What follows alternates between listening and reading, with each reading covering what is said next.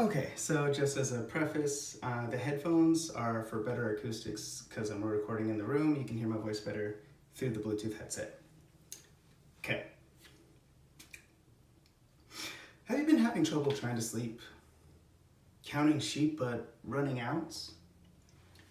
I mean, as time ticks by and still you try and yet you still just can't get a good night's sleep? Are your days getting longer and longer and yet you're doing less and less because you're so exhausted? Your friendships are failing. At work, you're always worried you're gonna lose your job because you're just kind of sucking at it. Your romantic relationships, you can't get one and you can't stay in one because you never have enough energy to get there. Now, all this would be solved with a good night's sleep. I mean, just imagine it. Your days, they fly by. Your friendships restored. You're multitasking. You're getting a promotion. And see all those good-looking people over there? You can have sex with one. Why? Because you got a good night's sleep, thanks to a great night's rest. Thanks to Ambien. Ambien is a non-addictive sleep aid. So talk to your doctor today and get Ambien now. All your problems can fade away. Side effects, according to WebMD, including but not limited to diarrhea, dizziness, drowsiness, feel like throwing up, head pain, hiccups, low energy, abnormal nervous system function affecting mental alertness, blood pressure drop when standing, confusion, depression, abnormal dreams, blurred vision, constipation, double vision, dry mouth, feeling weak, hungover, indigestion, joint pain, loss of memory, muscle pain, not feeling well, problems with eyesight, sensation of spinning, sluggishness, stomach cramps, throwing up, urinary tract infection, low blood pressure, altered consciousness, kind of cool, anemia, blockage of bile flow, falling, giant hives, hallucination, infection, life-threatening allergic reaction, liver damage, low respiratory tract infection, lung failure, and a rash. You gotta be fucking kidding me, right? I mean, you know these ads. You've seen them on TV, you've seen them on the web. It's these bright, beautiful ads with all these great looking people having fun, and it's always followed by these sped up voices and all of this tiny little print you can't even read about this drug that's gonna make your life better unless it actually kills you. Now, I don't even think I should have to make this argument, but here we go. Today, what we're gonna cover is going to be the history of pharmaceutical ads, because we should ban them. We should ban pharmaceutical ads. Let's cover the history of it. Let's tackle the numbers, how it affects people, how it affects businesses, and what we have to gain or lose by it. So come along with me in this journey and let's ban some pharmaceutical ads, all right? Now, first off, according to everydayhealth.com, before 1980, direct-to-consumer advertisements really didn't even exist. It wasn't even a thought. Until 1981, when some pharmaceutical companies decided to go straight to the user. Skip the middleman, skip the doctor, let's go straight to the user.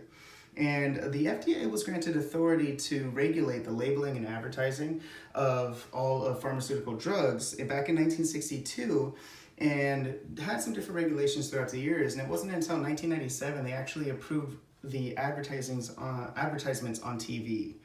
Now, the New York Times article from 2016 says as of 2016, there are now 80 ads for pharmaceutical drugs per hour in the United States on cable television. That's 80 per 60 minutes. So we've come a very long way. So seeing how far we've come, how big the market is. Now let's talk those numbers. Now the smallest numbers I could find to correlate between advertising and pharmaceutical companies is just how many countries it's legal in to direct to consumer advertise. And that is two. Two companies in the world, us, the US, and New Zealand. Those are the only two countries in the world that you can actually directly advertise and market to us, the consumer. All the other countries in the world decided it was a bad idea. Now, the first ad, or one of the first ads to ever come out, didn't even say the drug's name. Now, from the early 80s, it started in 1981 and had a revenue for that drug of $34 million per year. $34 million just for that drug. Now, over the next decade, before 1990, it grew to over $800 million And that is according to an NPR article and interview with the head marketer of that drug. Now, to put that into scale of what the market looks like today, the U.S. pharmaceutical market alone is over $446 billion in value. And that is according to Statista.com. And that's in 2016, over almost $500 billion for pharmaceutical drugs in America alone, which accounts to about 45% of the total market. Now, according to the CDC, let's put this into a different kind of mode. According to the CDC, which is the Center for Disease and Control, Prevention, drug overdose deaths from 1999 to 2016 tripled. They tripled from 99 to 2016, so in under 20 years, in under 2 decades. And a key factor in that was from synthetic opioid use.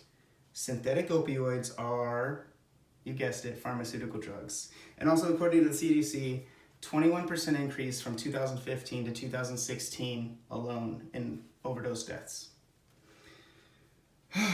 Now, according to the Washington Post article in 2015, 9 out of 10 pharmaceutical companies spend more on marketing and advertising than they do on research and development, and that amounts to about $98.3 billion only in marketing. They spent almost $100 billion in marketing alone. So from all of those numbers, what do we have to gain, or what do we have to lose from banning pharmaceutical ads in America? Short and to the point, pharmaceutical companies have a shit ton of money to lose, period. But what do we have to gain? Now, a lot of people would say maybe we are going to lose some of the information we might get or knowledge about some of the drugs that we might get from advertisement.